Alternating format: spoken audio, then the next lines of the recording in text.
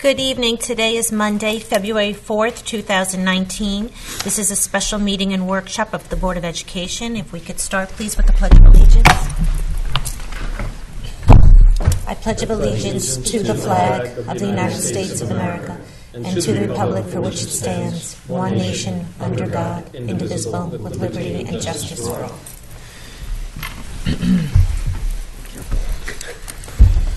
Okay, good evening. We've just come from executive session. We'll be returning after the workshop. We do have a presentation tonight from Superintendent Albano, and then we just have one brief business item. So, Carl, if you want to start. Okay, my pleasure. Good evening, everyone. This evening I'm going to bring the board up to speed on where we are in our strategic planning process. I also will welcome Dr. Ellen McDonald up to join me in a few moments, or now, please, Dr. McDonald, come on up. We've been working on this for several months, and we thought it was time to give the board an update. So I will begin with the timeline. So back in October, as you may recall, we began our work with consultant Judy Wilson. Judy has an extensive background in conducting needs assessments for districts. In this area, or basically in the tri-state area, Judy came highly recommended by several local districts, including Edgemont and Pelham. She's back in Pelham for a second strategic plan.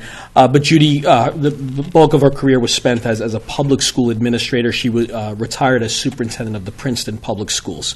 So you have a very credible person, a very experienced person leading this initiative. So back in October, Judy conducted 21 individual and small group meetings, forums with all the key stakeholders in our district. Some of those groups, just to give you some examples: administration, faculty, civil service, parents, PTA, our board members, pretty much everyone. And there were open meetings even for community members with no longer have kids in the district but are still very involved in our school district and supportive of the schools. Later in November, we worked on developing needs assessment surveys for different constituent groups, including our students, parents, employees, and other community members. And then in December of 2018, we issued those surveys. There were 10 variations of the needs assessment survey. They were sent to the entire community through a Survey Monkey, and the responses were actually quite strong. On the next page, and we are missing just a few numbers here, but to give you examples of some of the survey results, I will have this updated. Elementary parents, we had 221 people respond or participate. Middle school parents, 94. High school parents, 72. 63 faculty members completed the survey. Bear with me one second, and then we will update the slide.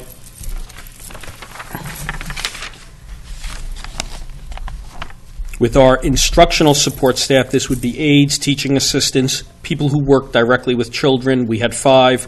Non-instructional staff, that would be secretarial staff, potentially custodial staff. We had 14. Then our students, grades 4 and 5. We had 181 students. Middle school, that is a typo, but we had 224 middle school students, and then high school students, 236. And according to Judy Wilson, we had a record-breaking 54 community members who do not have children in the schools participate, which was interesting. I think that indicates that even people who have had their children graduate from Tuckahoe are still very invested in what we're doing here, educating children. So the grand total was 1,181 surveys completed by various members of our community. What we did next was on January 10th and 11th, 23 members of a core planning team, which represented everyone from teachers, administration, to PTA, and other community members, and our students as well. We had 2 high school students. All met. We went over to Concordia College for 2 full days, and we reviewed every needs assessment survey.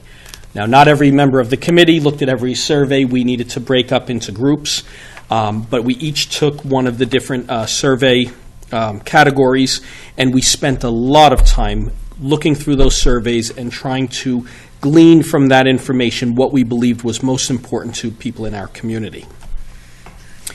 Some of the guiding thoughts for this process. First, the problems you choose to solve and the future you choose to create define you. The secret to doing great things is staying focused on what matters most. That is a quote from the Xerox Corporation. Another quote from John Dewey. Every great advance has issued forth from a new audacity of the imagination. So we were trying to think big picture. What really could move the Tuckahoe schools forward? What big ideas? 3 queries that were suggested from the Dalai Lama, but is this just for me or is it for others? Is this for the benefit of the few or of the many? And is this for now or is this for the future? And those thoughts really guided this group of 23 people into developing 4 basic goals that we think ought to guide our district moving forward. The first is in the area of social and emotional learning.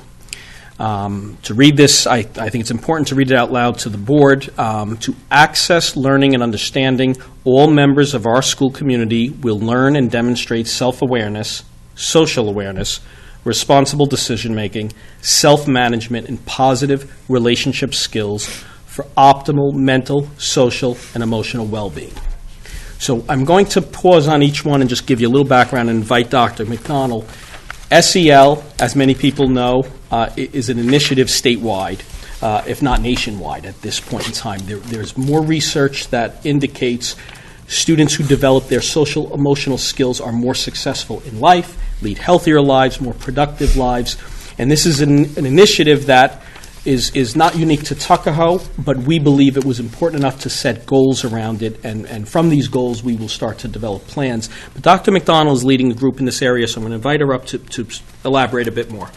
Sure. One of the exciting things from the work that happened over those few days, plus the work that Judy has done, is looking at what people thought we needed to work on. These are things that we had also identified when the last plan was ending over last year and the year before. So parallel to this work being done, we had identified this just as a district, as a need. And it's nice to see that confirmed that the community at large also sees it as a need. So we have joined with 11 other districts, I believe it is, and we are part of a social emotional learning strategic district planning process through Putnam Northern Westchester BOCES. So we have a team of 6 of us, which consists of 4 administrators and 2 teachers, and we are going throughout, I believe I've mentioned it at a prior board meeting, but just to help people know, throughout the spring, we started a month ago, we have another meeting this Friday to really develop what would the district look like and what would a district leadership team look like that would help to make sure that we're doing this at K through 12. What are the standards we want to hit? These 5 things that you see listed here are what are called the 5 core competencies in social emotional learning in the CASEL framework. CASEL is an organization actually out of Chicago, I believe. They're the Collaborative for Academic, Social, and Emotional Learning. And their framework for what matters in social and emotional learning has been is one of the ones that New York has invested in as a state education department. And so we are learning alongside all these other districts as to what does that mean, what could it look like, and so it will be wonderful to see how this goal turns into action plans using what we're also learning through there. So we're excited to have all that work come together.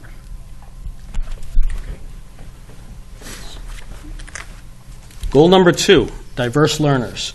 So as part of our planning process, or goal-setting process, I should say, we analyze data. In addition to going through all those surveys, we looked at our student performance data, both formative assessments, summative assessments. Judy Wilson also did some analysis for us. So we took a close look, and this goal evolved out of what we believe is a need to really meet the needs of a diverse group of students that attend our schools. So the goal stated, is to meet the diverse needs of all learners and improve student outcomes.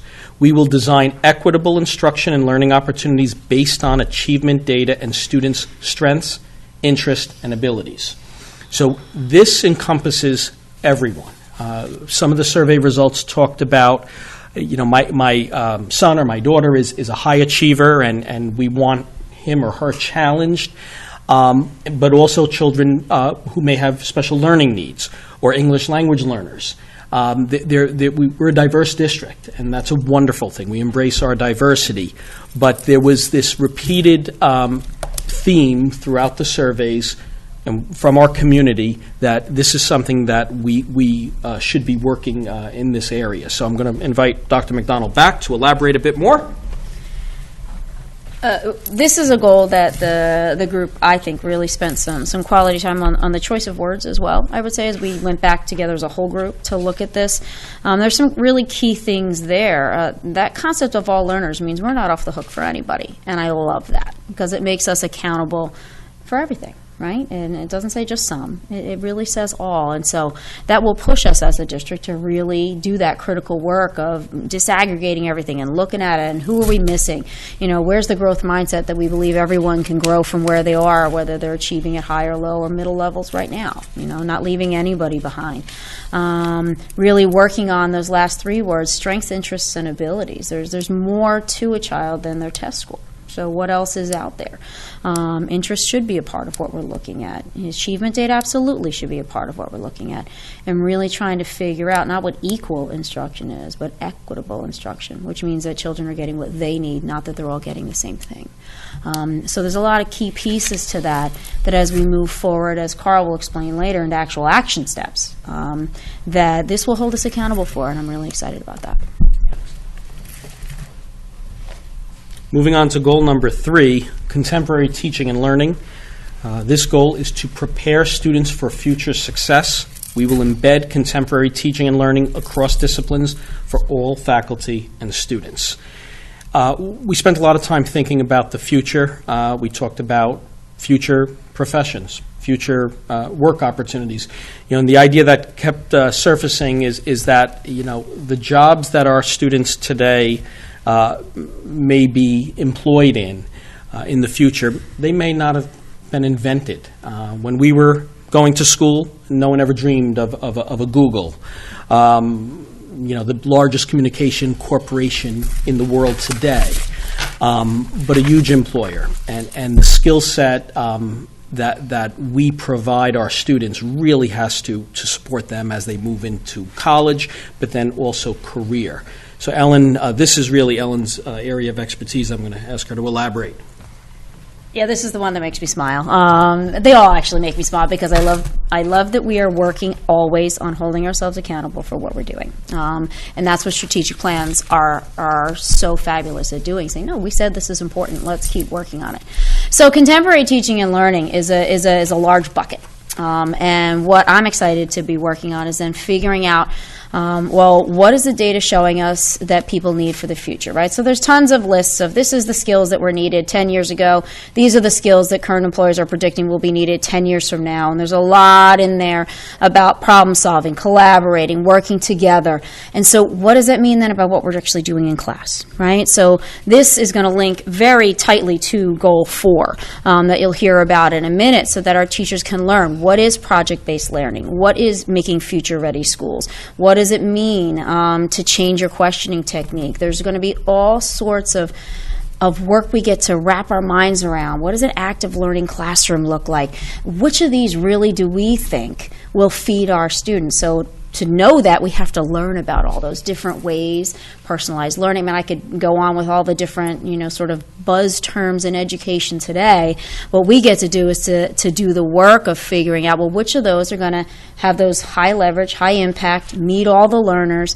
How do we really help customize the experience for our students so that they are ready for whatever career that they may be going into? Because when I was a math teacher, I would tell kids, it's going to be a pretty rare job that they're going to sit you down and ask you to solve x squared minus 4 equals 0 and pay you for that.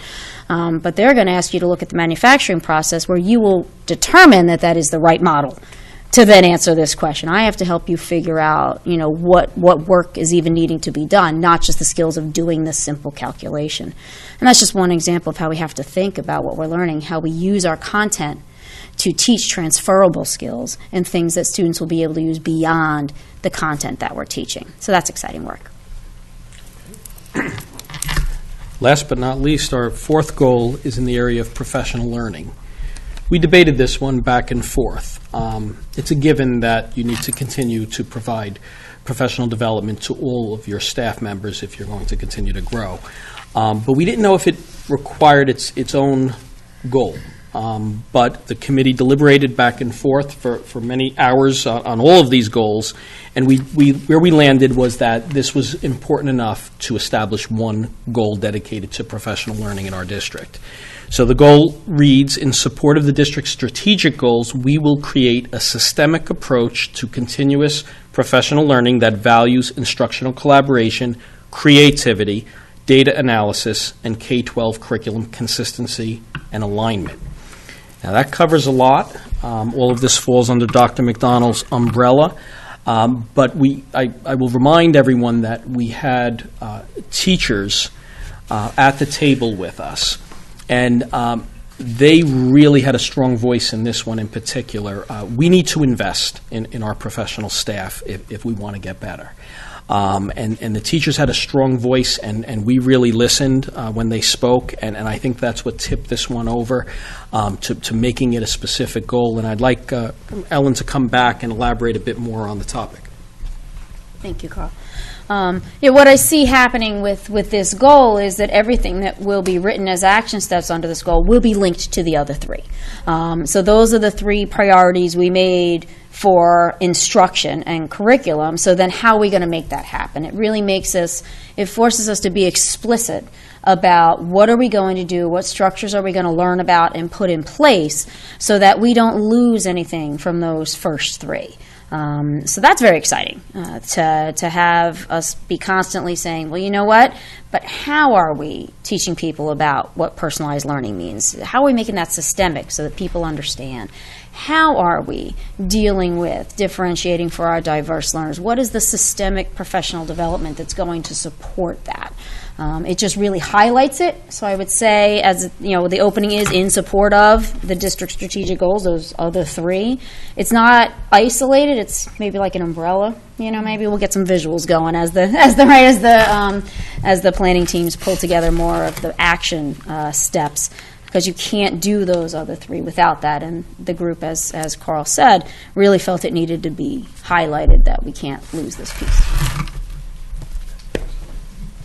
So we'd like to open this up to a little conversation, but before we do that, the last slide is basically next steps. So this does not have to happen this evening, but we would like to get the entire board. So we had 2 board members participate in this process, and I want to recognize and thank Rob Seifer as well as Cynthia Tate. They gave up 2 days to work with the group, and my appreciation to the entire group, because you had 23 people spend 2 days with us, and we certainly appreciate their work. But we are asking the entire board to endorse these goals, and you may want to have some discussion, digest them a bit more, but at some point we think it's important. It's not necessary, but we would like the board's endorsement at some point if you are in agreement.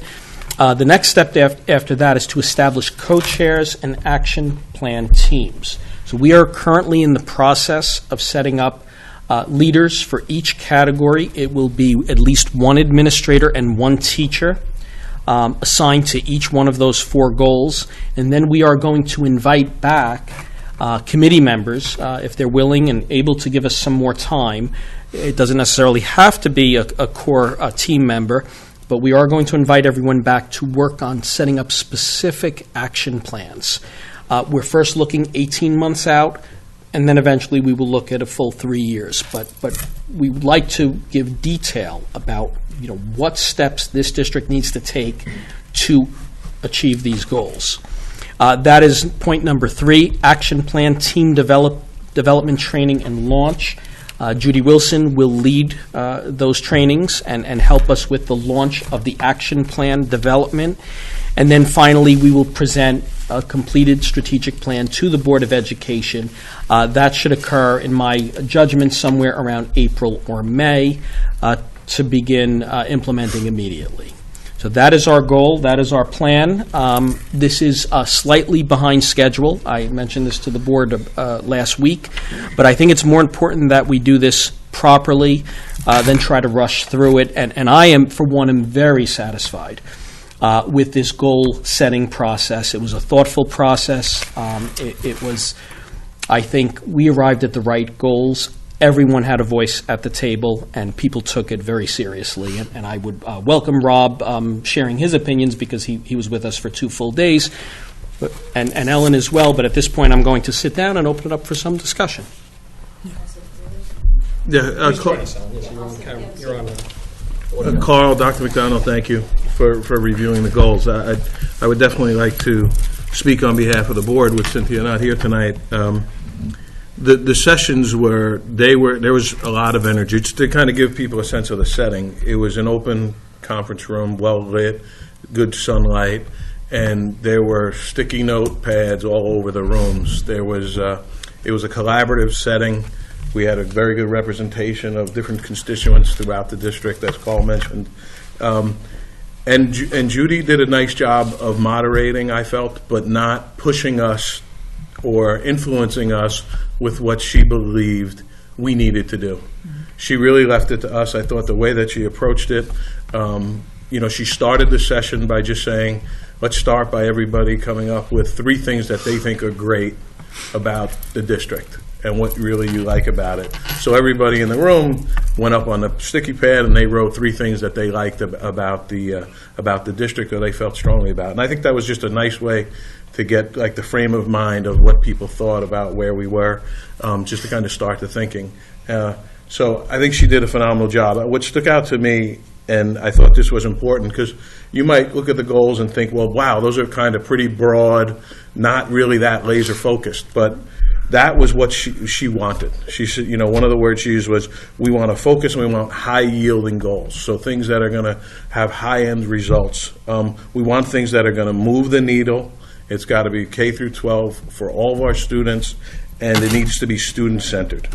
I thought she also thought that it was important that we set expectations that were high. And one of the things that I thought was really that I took away, and we talk about it often in the district, is, well, it's great. We all have Chromebooks. Our kids have tablets at the lower grades. And she goes, well, that can't just be an expensive notebook. We have to come up with a way to make that something that's a useful tool. And I think that's really what the third goal talked about, is contemporary teaching and learning. So I thought it was a really great 2 days. There was a lot of thinking, and I think this is just the beginning, because I think the action plan is really where we'll be able to kind of go along with your timelines of 18 months, 36 months. How do we get there? And I think we're remiss if we don't think about the prior strategic plan. That was a 5-year plan. Or if you look back 6 years ago, first we had to take care of that plan, and we had to finish that plan. And I think that's allowed us to get to this point where we could have a second plan, which is really going to be about changing the district and really changing our focus into our students, our curriculum, and how we make it even better than it is today. So all in all, I thought it was a really good 2 days. It was draining, and it started a lot of thoughts and a lot of wheels turning in the head. And I think there's a lot more work to do, but it was exciting. Can you speak a little more up to how? I'm just curious in the process how you started out with the stickies and the groups and how you got to these goals. So was somebody were there some ideas for goals to start out with that were presented to you, or you started completely from scratch? And how did you get to these goals? We started completely from scratch. We had that one exercise I mentioned where everybody in the room picked out 3 things. And then what we did was we took all those suggestions and we kind of said, what was the most common themes that most people come up with, just to kind of create, like I said, that thinking process. Right. And then we got into the surveys, and that we broke into different groups of 4 or 5 to review the different surveys that Carl mentioned. There was 10 different ones. Right. The one that I was involved in was the COTL It was all Cottle students.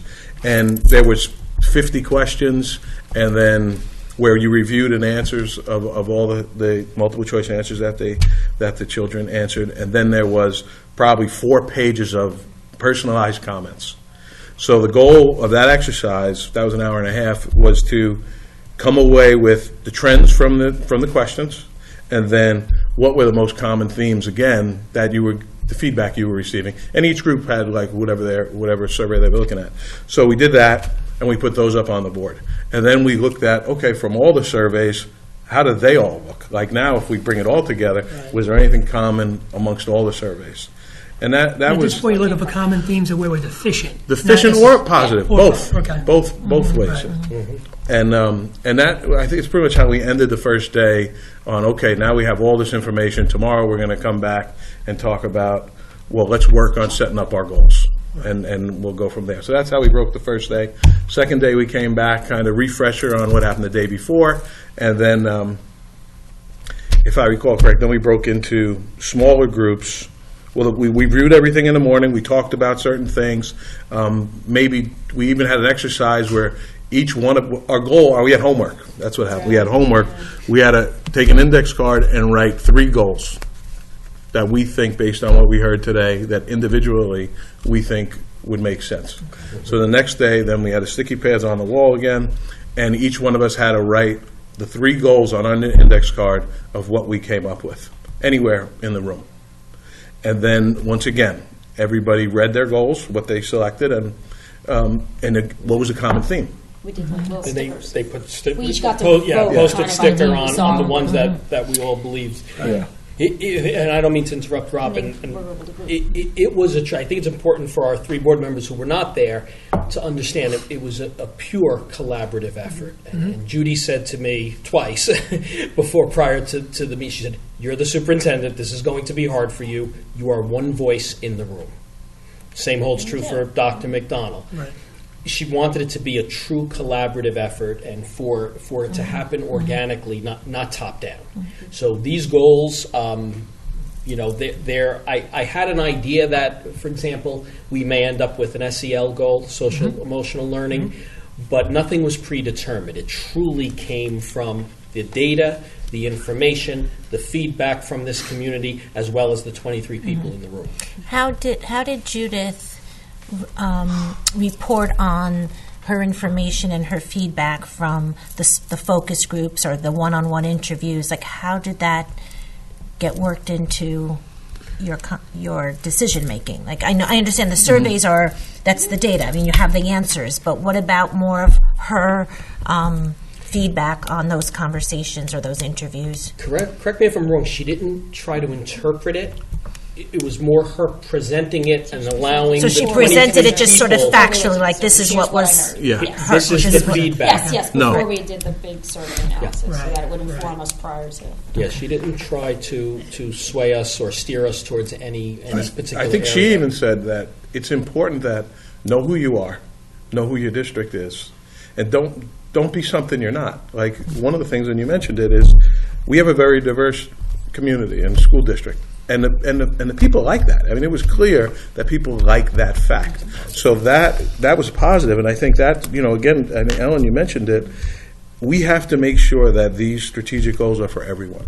Yeah. It's not for our best students. It's not for our students who are challenged. It's for everyone. Everyone has to be able to get better from what these goals are. So I think she did a good job of that as well. She didn't influence at all. I mean, as a matter of fact, I would have been open to her saying, this is what I think, but she did not do that at all. I think Michelle's point, though, I would have definitely been interested to hear like what she got out of her sessions. But she did present that. She presented that just as information. The themes that, what she had. And as far as the surveys are concerned, obviously that was an important starting point. And it looks like the participation was pretty good. And I don't want to put you on the spot, but do we know what percentage, though, of this 1181 it is of the possible 100% participation we would have gotten? In other words, 221 elementary school parents. I mean, out of how many? And so I'm curious to know that 1181 total number. what is that a percentage of what it could have been if everybody participated that was surveyed? Yeah, it's a little tough because you got the That's community, tough. I know it's you got not the easy. community piece in there, which means everybody who lives here. Yeah. And how do you? I know it's not easy. them? I'm just we curious, also don't know though. with the parent piece. We don't know if both parents Two or parents, three one parents parents. from, because there are some that are even 4 parents per Could be child. multiple in the Right? household. Two separate She families. made it Little a tough to point know. to say that your response to surveys surprised her. She said, I was surprised by the number Very strong. of people who actually participated. She goes, normally I don't see. No, it sounds like a good participation, third of this. and I know I that's a don't tough know. I number. don't know what total we should but I would use. wonder though. I would like to know. I would think we would like to know at least a roundabout where we came in at. Is that 10%? Is that 20%? Just curious. It looks like it's a pretty good participation rate though overall, just from looking at it. But I just, had a question about the faculty. Is that teachers, teachers' assistants, teachers, or is that Faculty just teachers? There was one survey geared just for teachers. Just teachers. So Yes. that's the faculty, or just teachers. Yes. So this. Okay. So it's important to know too. The surveys were completely anonymous, but not everyone trusted that they were completely anonymous. People do get a bit uncomfortable with surveys. So if people chose, and Judy and I went back and forth on this quite a bit because I extended the window, if you recall, by a few weeks because I did want the feedback. But she said, you really don't. And I reminded the staff several times, she said, but if people are reluctant to participate, you don't want to force that. You want to get the feedback from those that are willing to provide feedback and have opinions. So she was comparatively, like I said, she does this currently. I think she's working in 2 or 3 other districts in the area on strategic planning. As Ellen and Rob pointed out, she said our response was very strong. as far as the goals are concerned, Rob said something before that I totally agree with. What I like about these goals as a snapshot, just looking at them, my first impression of them was what I liked about them is they really centered around the education of the child. Whereas, in contrast, you mentioned before to the previous strategic plan, a lot of it had to do with getting the district Infrastructure. In healthy. order. And it's a great point you make, because now that worked well, now we can focus on the real good stuff. So that's what I liked about it. But just a couple of questions, like the first one, and I'm all for the SEL, I think is an important topic. The one concern I have about it, though, as far as being a goal, is how is it measurable? Because I know when you set goals, you familiar with SMART, the SMART concept, how you're supposed to have all those acronyms kind of filled out. The M is measurable. How do you measure this? And it's a difficult one to measure, right? And I guess the way to do it is you have to decide when you're laying out the plan, what is your starting point? And I don't know if that requires another round of surveys. I don't know. But I'm not opposed to the concept of this being a goal, but my concern is how do you measure it? Peter, that's a great question. New York State right now is requiring all districts next year to do an SEL survey of their community. So that'll give you a baseline. So it's interesting because in my superintendent's group, what we are talking about is what we're encouraging the state, and we advocate for what we think is best practice. We would like to have a number of different state-approved surveys that districts could choose from, because we don't think there should be one size fits all. As long as they are state approved, if they give us a menu of 8, 10, 12, then we could select what we thought was most appropriate for Tuckahoe. Right now, though, the state ed is leaning towards one survey for everyone in New York State. It's an SEL survey. SEL survey. So, for example, asking students, and Judy did some of this work as well. Just one example of a question is to a student: do you have at least one person in your district that you could go to if you felt unsafe, that you could confide in? The student's answer to that question is very important. There should always, every student should have at least one person that they believe they could confide in and that could support their needs. If they don't, we have work to do. So that's just an example. It's a pretty extensive survey that the state is considering. It's not official yet. That was in the survey. That was in our survey. Yeah, but that makes sense though, because that to me, that's the only way you can really measure this goal is by having a baseline survey that gives you something to start out from, and then you can see where you end up. Otherwise, I don't know how you. That's good. Right. So I mean, is that part of the action plan? Like, how does it get communicated? Because I think another thing that comes up with the SEL is do parents know the resources? Is it communicated to the parents what's in place where a student can go, but where can a parent go or to direct their child? So is that part of the action plan would be communication, and then funding for it? How are we going to pay for it? Is it that specific or? Yeah, so I was long-winded before, and what happened as we kind of did that exercise with picking the dots, after that, then we broke into larger groups where we came up with one goal. Like where I had a group of 10, and we were part of the contemporary learning and teaching. That was what we had to come up with that topic sentence or goal sentence for. And a lot of that discussion for each one of these spoke granularly about how do we measure it? Do we need a social worker? How is it funded? So she's like, we don't want that in our goal statements. That's going to be in our action plan. How do we do it? The action plan. The action plan, remember from last time, has the actions, the cost, and how you measure. Right. So, and she made it a point to mention more than once, and my ears perked each time she said it, was our budget must reflect our goals. So whatever we decide we're going to do here, after we get our action plan, we have to make sure we budget for that properly. So the next comment I had was, and I think you spoke to it a little bit, Ellen, so I think I'm a little better now, but I'm still would like to speak about it a little more.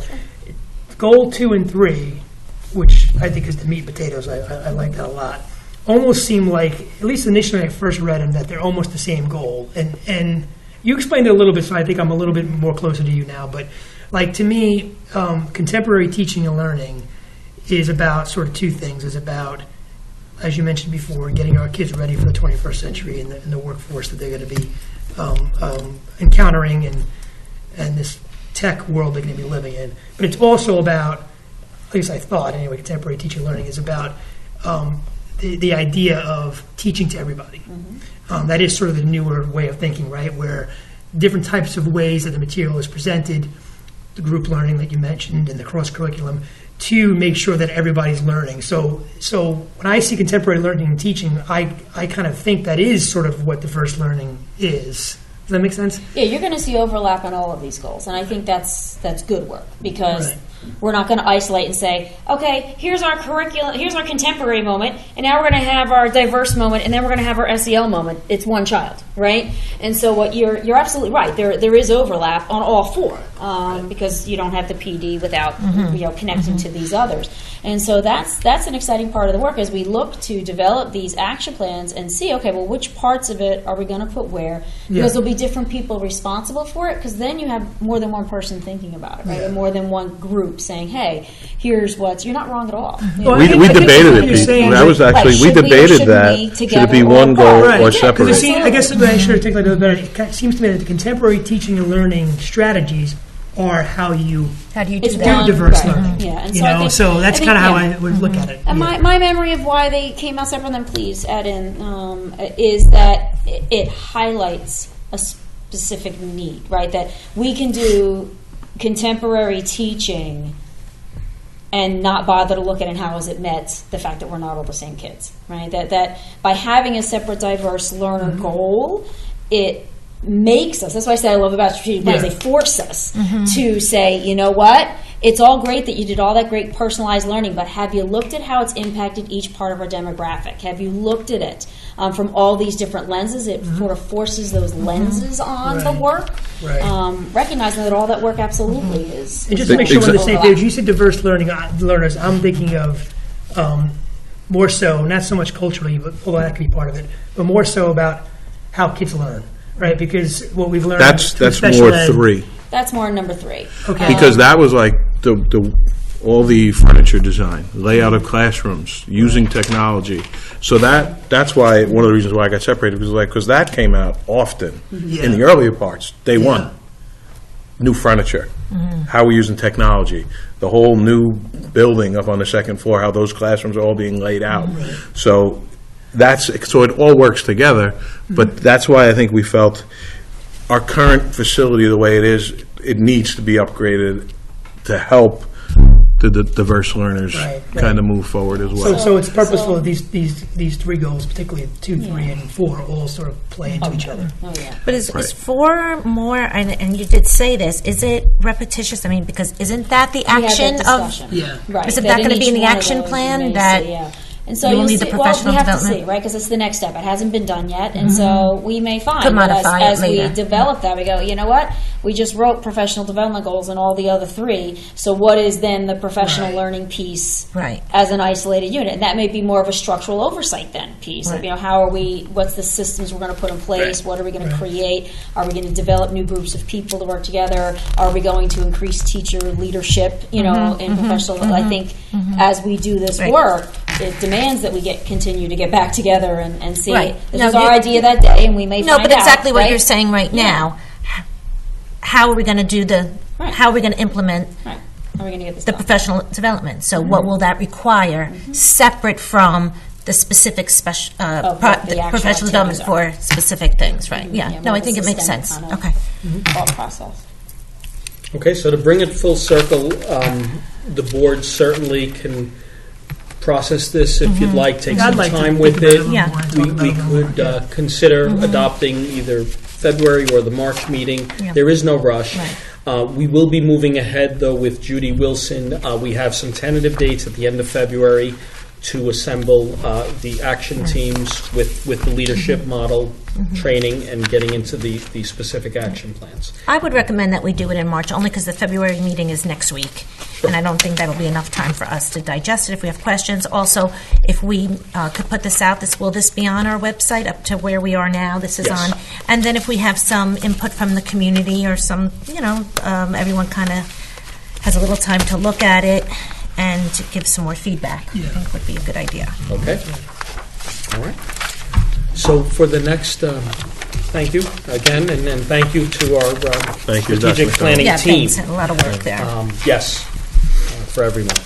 Next, I'd like to invite Lee Lu to discuss, or just give us a quick update on the capital project, the bidding. It really wasn't planned for this evening, but it's related to a request that we've made to the board this evening with regards to a third-party review. So Lee, you want a quick update? Sure. So last Friday, we opened the bids for our Cottle Elementary School project, and we thought we were going out very early. We were optimistic that we would get good participation from the contractors in the region.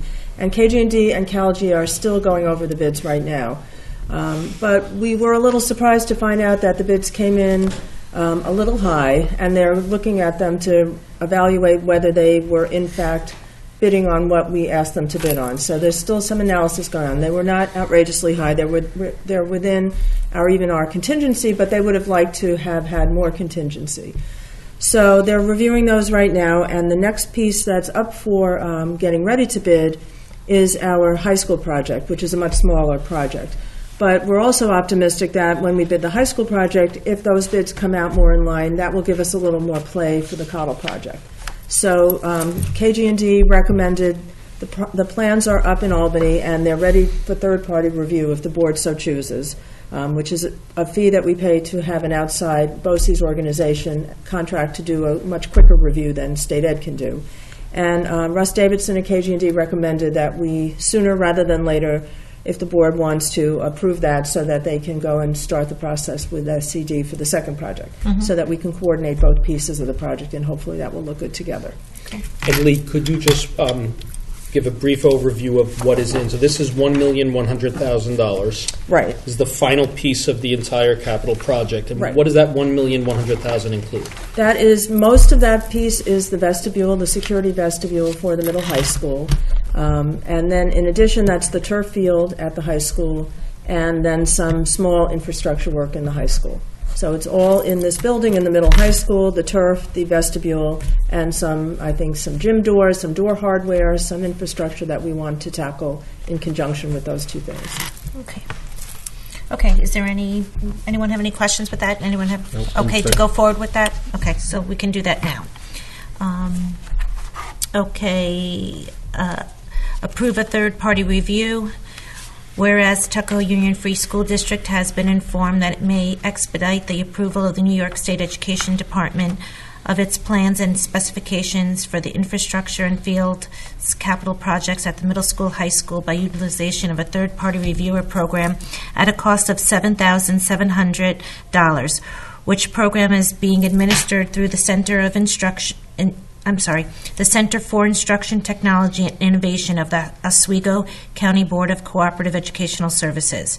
Now therefore be it resolved that the Board of Education of Tuckahoe Union Free School District approves utilization of the third-party reviewer program offered by NYSED through, CITI BOCES for the review of its plans and specifications for the infrastructure and fields capital projects at the middle school, high school at a fee of $7,700. And be it further resolved, the Board of Education of the Tuckahoe Union Free School District authorizes and empowers the President of the Board, Superintendent of Schools, and the Assistant Superintendent for Business to each individually take any and all actions necessary to effect the purpose of this resolution and to execute any documents required to effect the purpose of this resolution.